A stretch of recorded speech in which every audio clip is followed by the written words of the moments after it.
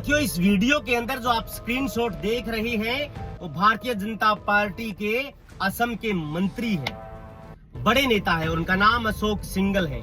और वो बिहार चुनाव के रिजल्ट आने के बाद अपने ट्विटर के ऊपर एक फोटो वायरल करते हैं, एक फोटो पोस्ट करते हैं और उसके ऊपर लिखते हैं कि बिहार अप्रूव्स गोभी फार्मिंग।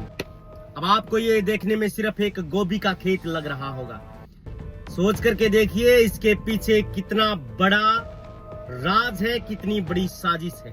अशोक सिंघल को मैं तो ये कहता हूं कि सार्वजनिक रूप से आकर के माफी मांगनी चाहिए, ये बोलना चाहिए कि मेरे से गलती हो गई, मैं इस हिंसा को आगे बढ़ाने का काम कर रहा था। अगर भारतीय जनता पार्टी के लोग इस ट्वीट के ऊपर चुप हैं, खामोश हैं, तो ये उनकी मौन स्वीकृति रही होगी। आप कैसे कर सकते हैं इतने बड़े पद पर बैठ करके? क्या आप डिजर्व करते हैं इतने बड़े पद पर बैठ करके कि आप एक गोभी की फोटो लगाएं? और बिहार इलेक्शन के बाद आप जनता को क्या मैसेज देना चाहते हैं? आप क्या दंगे करवाना चाहते हैं? आपको नहीं लगता कि जो लोग ज्यादा उग्र हैं, ज्यादा आवेशित हैं दंगों को लेकर के, या फिर एक तरफा चल करके, उनके ऊपर क्या बीतेगी इस गोभी की फोटो लगा करके? काफी सारे जो है वो इनके छुटभैया आकर के ये कमेंट भी कर सकते हैं कि ये तो एक गोभी का खेत है, ये तो एक गोभी फार्मिंग को बढ़ावा देने के लिए इन्होंने लगाया है। लेकिन डूब के मर जाना चाहिए उनके चिंटुओं को और मंत्री साहब को कि आप पुराने जख्मों को कुरीदने का काम कर रहे हैं और आगे के लिए आप एक साइन दे रहे हैं दंगे करवाने का। बिहार चुनाव के रिजल्ट आने के बाद ये गोभी की फोटो लगाई गई है, इसके पीछे राज समझिए। ये भागलपुर बनाना चाहते हैं दोबारा।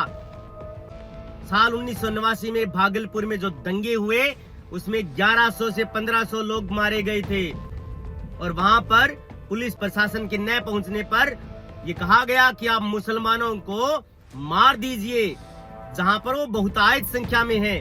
मुसलमानों को मारा गया, बहुतायत संख्या जहां पर थी, और न केवल मारा गया बल्कि अलामात बरामद न हो इसके लिए उनको दफन करके और उस खेत में गोभी बीज दी गई। इसलिए ये मंत्री साहब पोस्ट कर रहे हैं कि ये गोभी फार्मिंग को अप्रूव किया है बिहार ने, तो आगे भी इसी तरह से आप भारतीय जनता पार्टी को जिताइए ताकि गोभी फार्मिंग को बढ़ावा दिया जा सके।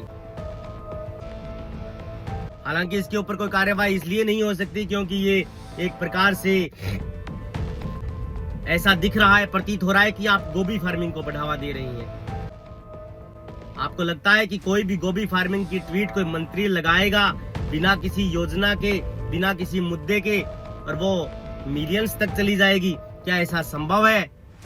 अशोक सिंघल को तुरंत प्रभाव से नरेंद्र मोदी से ये बात कहनी चाहिए कि आप इस प्रकार से ट्वीट नहीं कर सकते। अगर मंत्री होकर के इस प्रकार का ट्वीट करेगा तो आपके जो कार्यकर्ता है उनके हौसले और ज्यादा बुलंद होंगे साहब। इसलिए तुरंत प्रभाव से इस कमेंट को डिलीट करवाना चाहिए भारतीय जनता पार्टी को। हो सकता है आप बिहार के अंदर चुनाव जीत चुके हैं, लेकिन अशोक सिंघल का लड़का दंगे में नहीं जाएगा साहब। अमित शाह का बेटा जैसा दंगे में नहीं जाएगा।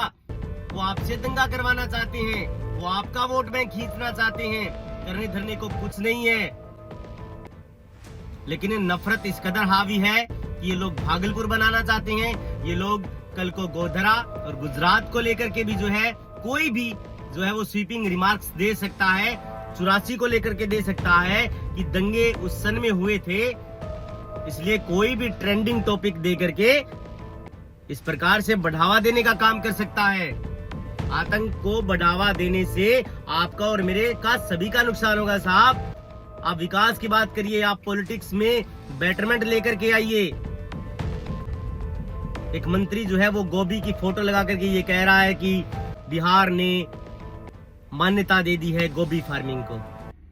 भागलपुर है इसके पीछे, मुसलमानों को दबा करके वहां पर गोभी बीज दी गई थी। क्या आपको मुसलमानों ने वोट नहीं दिया? आपको सभी धर्मों ने, सभी जातियों ने वोट दिया होगा। ये फोटो उनके जख्म को कुरीदने का काम है, जिन लोगों ने वोट दिया है आपको और जिन लोगों ने ना भी दिया है। आप इस प्रकार से असंवेदनशील होकर के आतंकवाद को, दंगों को बढ़ावा नहीं दे सकते अशोक सिंघल साहब। अटल बिहारी वाजपेयी साहब ने कहा था कि राजा को प्रजा प्रजा में भेद नहीं करना चाहिए। आप क्यों कर रहे हैं राजा प्रजा में भेद?